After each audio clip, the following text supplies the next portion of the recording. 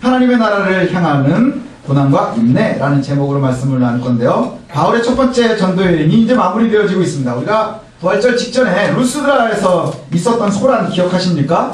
예, 태어나면서부터 걷지 못했었던 사람이 바울의 안에 있는 믿음을 보고 내 발로 일어나 걸어라 했을 때 걸었어요. 그래서 그 사람의 이야기보다는 그 주변에 있는 사람들이 그것을 보고는 아, 신이 내려왔구나. 그래가지고는 바울과 바나바를 보고서 제우스와 헤르메스라고 그래가지고 막 그 위에서 그 신전을 섬기는 사람들이 그 바울이 이 묵고 있는 집 앞에 와가지고 제사를 지내려고 막 그러고 있는데 그걸 갖다 겨우겨우 말리면서 너희들이 이런 어리석은 일을 하는 것 때문에 내가 여기 왔다.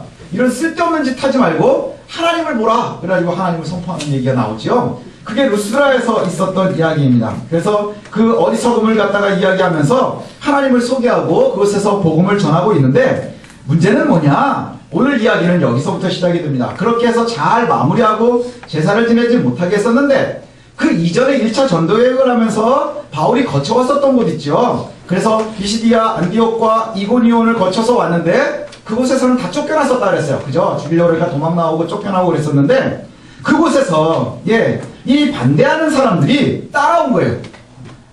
안디옥과 이고니온에서요, 이 바울과 바나바를 반대하는 아주 열성파 유대인들이 마치 옛날에 바울과 같은, 그래서 그 어디로 가고 있었죠? 다메섹으로 가가지고 그곳에 있는 사람들을 다 핍박하려고 그렇게 열심히 있었던 유대파처럼 지금 바울과 바나바를 따라서 루스드라까지 온 거예요. 그리고 나서는 거기에 있는 사람들을 갖다가 충동을 했습니다. 그래서 충동을 하고 나서는 또 그곳에서도 다시 핍박을 하는데, 그래서 여기에서는 어떤 일이 있게 되느냐? 여기에서 돌에 맞아서 거의 죽게 됩니다. 참 신기한 게 뭔지 아세요? 착한 사람들은 절대 안 따라와요. 근데 나쁜 놈들은 그렇게 따라다녀요. 우리 주변에 있는 일들도 그렇지 않습니까? 여러분들이 보면 좋은 일은 그냥 한 번에 그냥 일발로 끝나는데 나쁜 일은 꼭 꼬리를 무는 것 같고요. 뭐 이렇죠. 여기에서도 이제 그런 일이 있습니다. 그래서 이 사람들이 충동을 해가지고요, 루스드라까지 따라와가지고 바울을 갖다가 돌로 쳐서 거의 죽게 되고, 죽은 줄로 알고, 실제로 이제 죽은 줄로 알고 그 성 밖에다 갖다 버렸습니다. 그리고 이제 그 죽어있는 바울을 보면서 제자들이 이렇게 보고 있는데, 그때 이제 다시 이제 죽은 줄 알고 이제 떴다가 다시 일어나는 이야기가 나옵니다. 그래서 19절과 20절에 보니까 바울을 쳐서 죽은 줄로 알고 시외로 끌어내쳤는데 20절에 보니까 제자들이 둘러섰을 때 바울이 일어나서 다시 성 안으로 기어들어갔대요. 그러니까 실제로 죽었는지 죽었지 않았는지, 근데 거의 죽은 줄 알고 내다 버렸다는 거예요. 근데 제자들이 이렇게 서서 보고 있는데 죽은 시체를 갖다 보고 있는데 바울이 벌떡 일어나가지고 다시 어떻게 하느냐? 루스드라로 다시 기어들어가는 거예요. 지금 이게 오늘 본문의 이야기입니다. 그러면 우리가 한번 생각을 해볼 필요가 있어요. 이 사건이요, 어마어마한 사건이었었던 것이 뭐냐? 나중에 고린도후서에 보면 11장에요, 바울이 내가 이전까지 당했었던 고난에 대한 이야기를 하는데요, 여기에 할애를 합니다. 그래서 내가 돌에 맞아 죽은 적도 있고 막 이렇게 얘기를 하거든요. 그러니까 이게 바울도 굉장히 큰 충격이었었던 거예요. 죽음을 갖다가 만약에 맛봤다. 굉장히 큰 고통이겠죠. 그래서 그 괴로움이 있는데 여기에서 사람들이 죽은 줄 알고 내다 버렸는데 거기서 제자들은 다 죽었구나 하고서 이렇게 보고 있는데 아마 장례를 치려고 봤는지, 아니면 너무 안타까워서 쳐다보고 있었는지, 아니면 뭐 기가 막혀서 쳐다보고 있었는지 쳐다보고 있는데 거기에서 바울이 일어나서 다시 루스드라로 기어들어갔답니다. 근데 여기서 일어났다 하는 단어에 우리가 집중을 해야 돼요. 일어났다 하는 단어가 아나스타스라는 단어거든요. 교수님 오셨으면 제가 틀린 말 안 하는 걸 딱 증명해 주시다니. 아나스타스라고 하는 단어가 뭐냐? 부활의 능력에 연관이 되어 있는 말이에요. 그러니까 여기서 일어났다 하는 게요, 아침에 자고 일어났다, 아니면 앉았다 일어났다가 아니고 부활의 의미로 쓰이는 단어예요. 그러니 지금 여기서는 죽은 줄 알고 내버린 게 아니라 바울은 이미 죽은 거예요. 실제로 숨이 끊어지면 죽음인지는 잘 모르겠어요. 그런데 그가 죽었어요. 근데 다시 일어났다고 하는 거예요. 하나님께서 정말로 죽음 가운데 거기에서부터 돌팔매질에서 죽은 그 바울을 그리스도의 능력으로 다시 일어나게 하셨다 하는 의미예요. 어디에 비슷하게 연관할 수 있느냐? 구약에 보면 아브라함이 이삭을 바칩니다. 그죠? 아브라함이 이삭을 바치는데요, 하나님께서 이삭을 나에게 바쳐야 되겠구나 했을 때 그때에 이삭을 갖다가 데리고 가는데 7개의 동사가 아주 쉼없이 척척척척척 연결이 되거든요. 그래서 그 다음날 아침에 일어나서 애를 데리고 가서 쫙쫙쫙 걸어 올라가서 피고 깔고 찌르려고 하는 그 순간까지 전혀 끝이 없이 갑니다. 그리고 찌르려고 하는 순간에 하나님께서 너무나 놀라서 아브라함아 아브라함아 2번이나 부르시면서 말리세요. 그리고는 내가 나를 더 사랑하는 것을 알았으니 이제 내 아이에게 손대지 말라 하고는 제사 드릴 수 있도록 하나님께서 예비해 놓으신 제물이 있었습니다. 그때도 보면 아브라함은 이삭을 드린 거예요. 하나님께서 이삭을 살려주신 거예요. 이게 믿음이라고 하는 것입니다. 예, 저와 여러분들이 꼭 기억해야 될 것 뭐냐? 일어났다고 하는 것, 부활했다고 하는 것. 우리가 지난주에 부활주의를 지냈는데 부활이라고 하는 것, 이것은 뭐냐? 죽음을 맛본 사람에게 부활이 가능한 거예요. 안 죽은 사람이 또 살 수 있습니까? 불가능하죠. 죽어야 사는 거예요. 예, 내가 넘어져야 일어나는 것처럼 죽어야 부활할 수 있다고 하는 것이죠. 그리스도만 부활에 있는 것이 아니라 그리스도의 부활은 저와 여러분의 부활의 첫 열매가 되어진 거예요. 첫 열매라는 게 뭐예요? 첫 열매가 뭐예요? 다음 열매들을 갖다 기다리고 있는 거예요. 첫 번째 열매라는 것은 그 두 번째 열매도 있고 세 번째 열매도 있고 네 번째 열매도 있다는 얘기거든요. 그 열매들을 갖다가 우리가 기대해야 하는 거예요.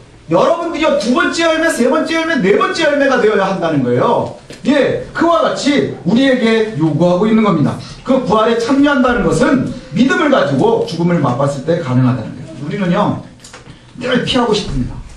어려운 일 있으면 그거 막 말은 뭐 이렇게 능동적으로 앞에 나가서 뭐 내가 영면 돌파한다고 하지만 우리 속마음들은 다 어때요?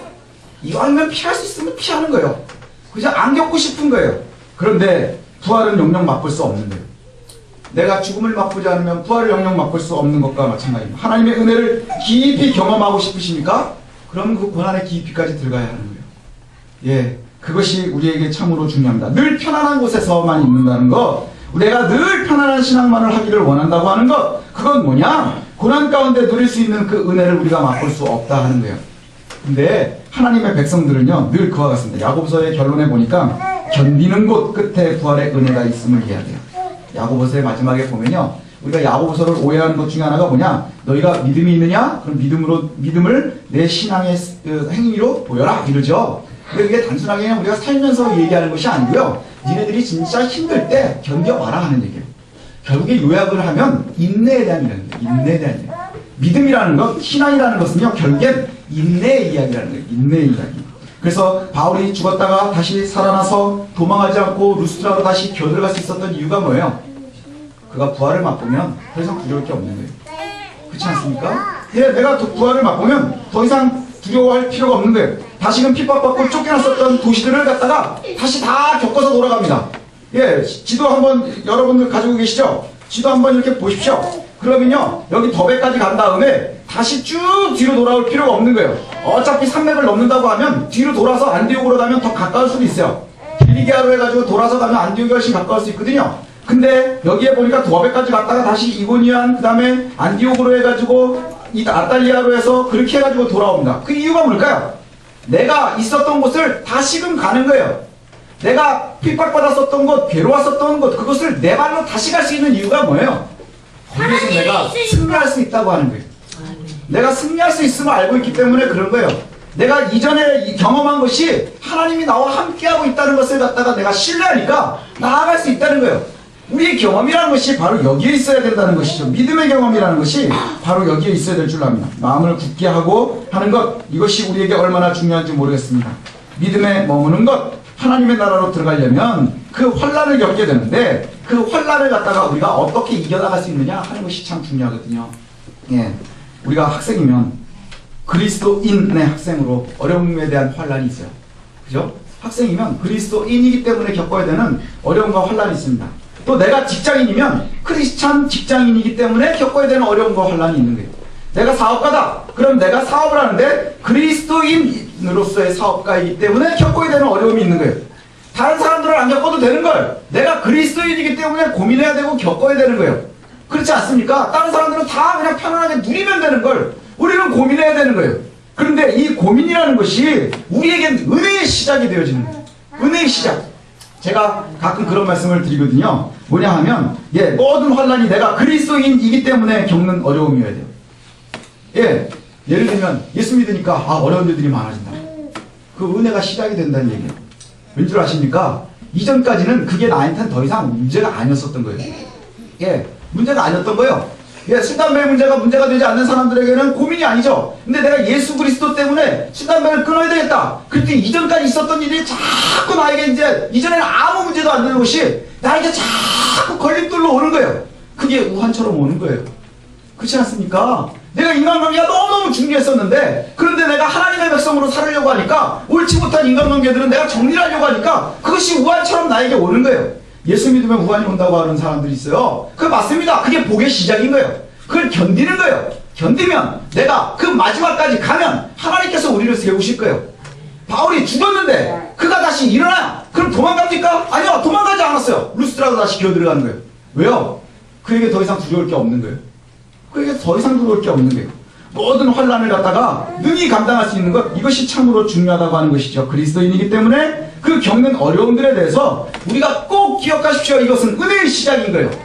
예, 내가 그렇다고 또 내가 거짓말하다가 걸려가지고 두들겨 맞으면서 하나님 나 이걸 이길 수 있게 해주십시오. 그 다음에 또 애 숙제 안 해와가지고는 저 선생님한테 두들겨 맞으면서 하나님 내게 맷집을 주셔서 이걸 견디게 해주십시오. 이게 아니고요. 내가 그리스도인으로서 살면서 그리스도인이기 때문에 당하는 경험이 있으면, 그것이 괴로움이 있으면 여기서부터 은혜의 시작인 것을 기억하십시오. 예, 이게 은혜의 시작인 거예요.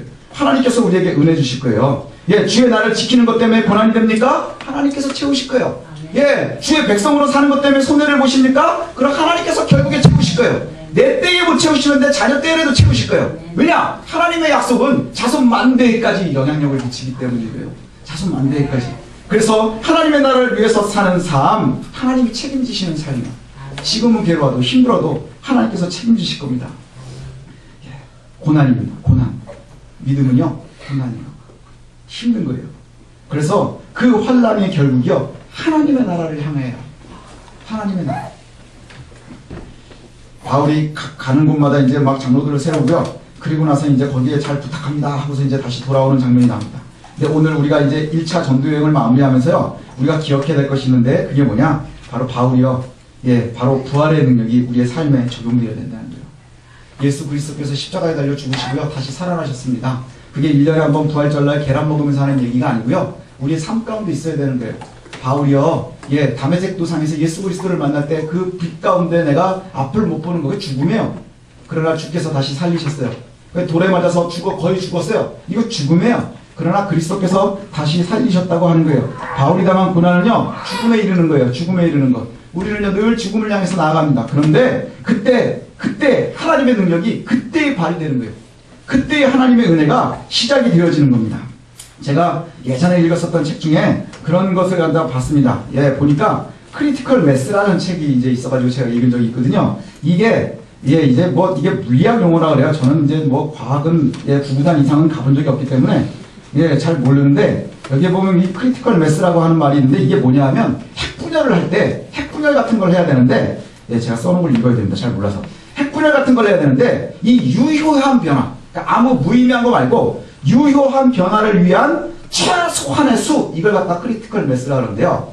이게 정확하게 잘 뭔지는 모르겠는데, 이걸 갖다가 다시 설명을 이제 좀 이렇게 해주는 걸 보니까, 핵분열이 연대 반응을 보이는데 뭐 거기에 필요한 채소 질량이 어떻고 막 이러는데, 요거하고 연결된 이야기를 갖다가 해주는 게 있는데, 이 라이얼 왓슨이라는 미국의 과학자가 있습니다. 이 사람이요, 일본의 어떤 무인도에 가서 그 원숭이들을 가지고서 이제 실험을 했대요. 원숭이들을 가지고 무인도에서 실험을 하는데, 진흙이 잔뜩 묻은 이제 그 고구마를 갖다가 원숭이들에게 주는 거예요. 진흙이 잔뜩 묻어 있는 고구마들을 주니까, 이 고구마를 갖다가 이제 원숭이들이 먹어야 되니까 뭐 이렇게 어떻게 닦아서도 먹고 막 하지 않았겠습니까? 그래가지고 그 원숭이들을 갖다가 관찰을 하고 있었어요. 무인도 안에서. 그랬는데 어느 날인가 갑자기 한 암컷 원숭이가 이 고구마를 물에 씻어 먹었대. 물에 씻어서 먹었는데, 그리고 나서는 곧 이것이 전파가 되는 거예요.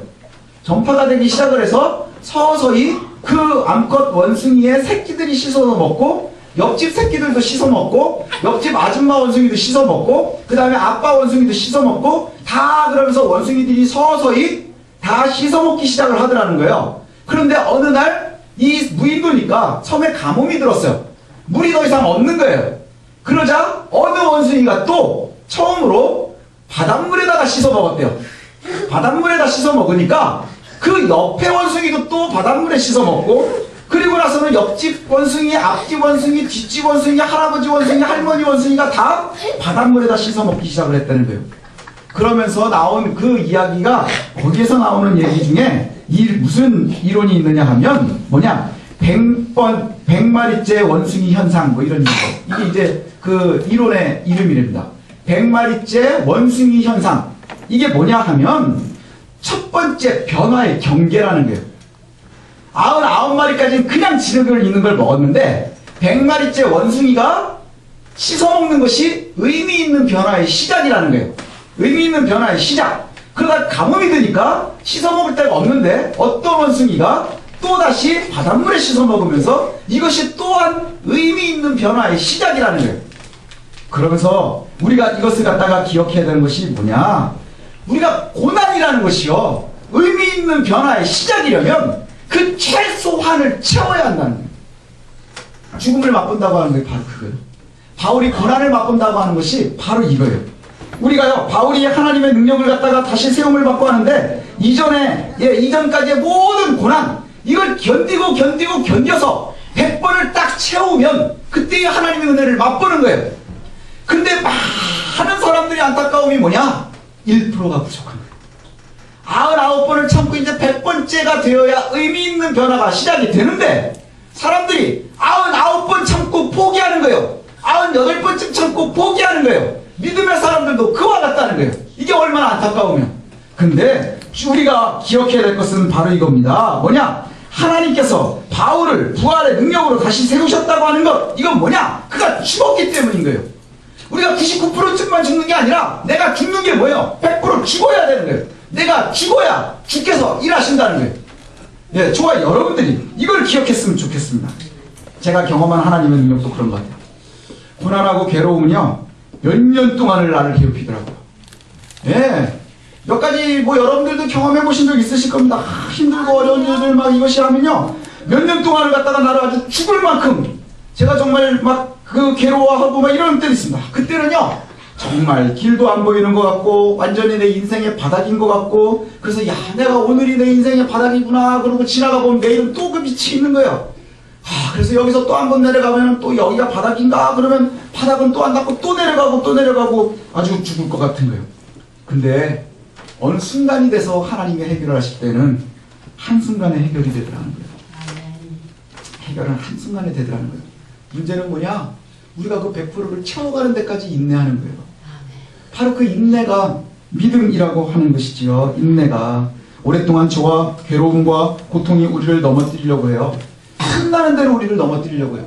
우는 사자와 같이 입을 벌리고서 우리가 틈만 보이기를 보인다고 성경이 그렇게 얘기하거든요. 그럼 잡아먹으려고 우리를 그렇게 보고 있는데 우리는 그걸 기억을 못하는 거예요.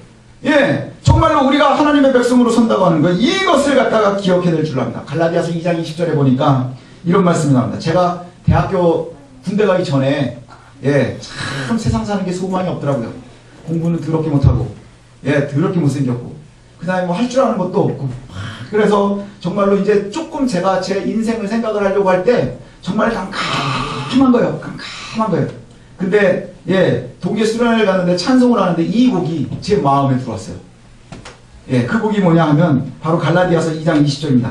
내가 그리스도와 함께 십자가에 못 박혔나니 그런즉 이제 내가 산 것이 아니요 내 안에 그리스도께서 사신 것이라. 이게 무슨 말이에요? 내가 죽어야 되는 거예요. 내 속에 내가 움직이는 게 아니라 내 속에 뭐예요? 그리스도가 있어야 되는 거예요. 그리스도가. 그래서 내 속엔 내가 너무도 많아. 그게 무슨 말이에요?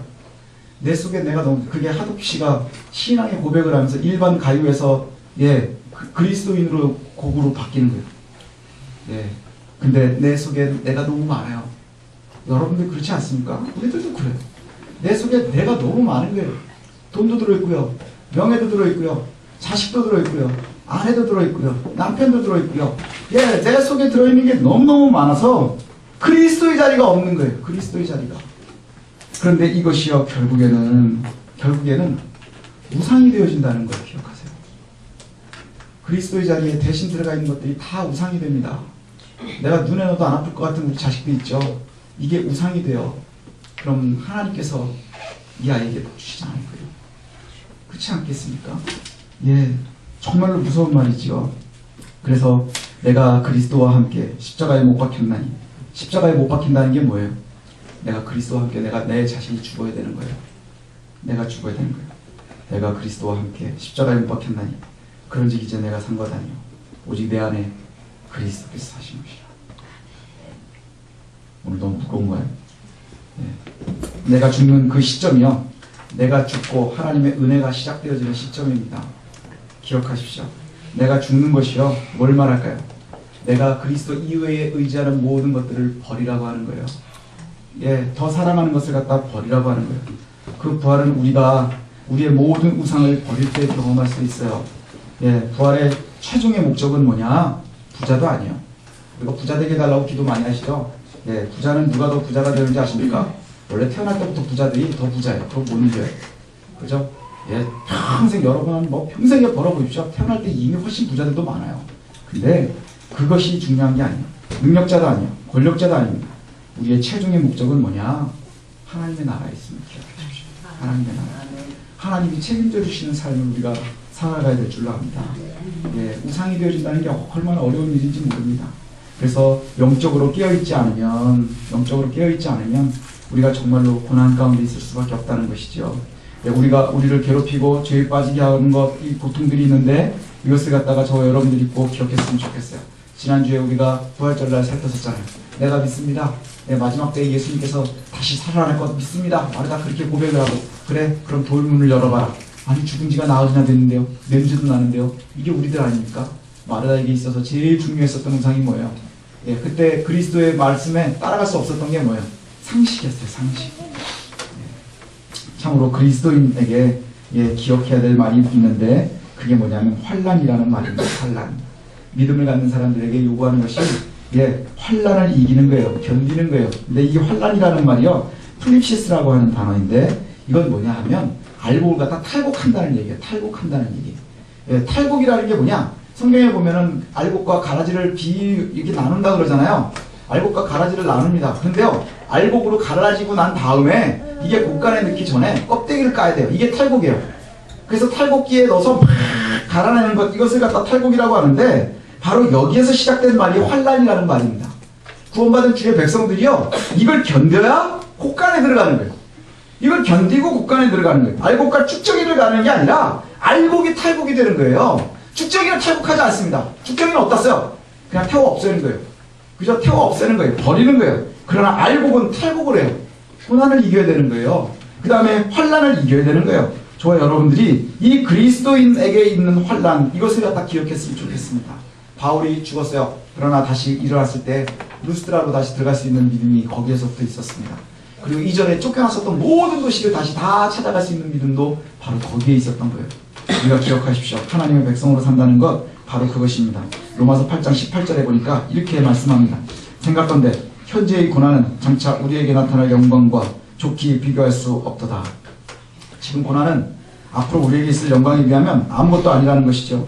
야고보서도 아까 말씀하는 것처럼 야고보서 5장의 마지막에 결론 때에 뭐라고 말씀하느냐 하니까 6절부터 제가 읽어드리면, 너희는 의인을 정죄하고 죽였으나 그는 너희에게 대항하지 아니하였느니라. 이게 뭐예요? 그리스도께서 그 모든 고난을 갖다 다 감당했다는 거예요. 그리고 나서 7절, 8절, 9절 여기에 나오는 단어들이 뭐냐 하면, 형제들아 주께서 강림하실 때까지 길이 참으라. 보라, 농부가 땅에서 나는 귀한 열매를 바라고 길이 참아 이른 비와 늦은 비를 기다리나니. 여기에 보니까 두 번이나 나오는 단어가 뭐예요? 길이 참아라. 참아라. 예, 농부도 참고 있고 그 다음에 그리스도도 참고 있어요. 또 8절에도 너희가 길이 참아 마음을 굳게 하고 주의 강림이 가까울 것이라. 우리의 인내가 뭐예요? 하나님의 백성들이 믿음 생활한다는 게 뭐예요? 참는 거예요. 인내하는 거예요. 견디는 거예요. 이것을 갖다 저와 여러분들이 기억했으면 좋겠습니다. 9절에 형제들아 서로 원망하지 말라. 예, 우리는 늘 어려움을 만나면 하여튼간에 원망하는 거 되게 잘합니다. 그죠? 옆 사람 원망하고 하나님 원망하고 상황을 원망하고 그 다음에 내 족보도 원망하고 그럽니다. 그런데 원망하지 마라. 예, 그리하여야 심판을 면하리라. 심판주가 문 밖에 서서 기다리고 있다. 그렇게 말씀합니다. 하나님의 백성들에게 고난은요, 필수입니다. 예, 우리가 아닌 것처럼 얘기를 해도 필수예요. 그걸 능히 감당해야 됩니다. 언제까지요? 예, 의미 있는, 하나님께서 우리에게 그렇지라고 얘기할 때까지 우리가 견디는 거예요. 그게 바로 믿음입니다. 저 여러분들이 하나님께서 원하시는 그때까지 참고 견디고 나갈 수 있는 저 여러분들이 되었으면 좋겠습니다. 기억하십시오. 하나님의 백성으로 산다는 건 늘 견디는 거예요. 늘 인내하는 거예요.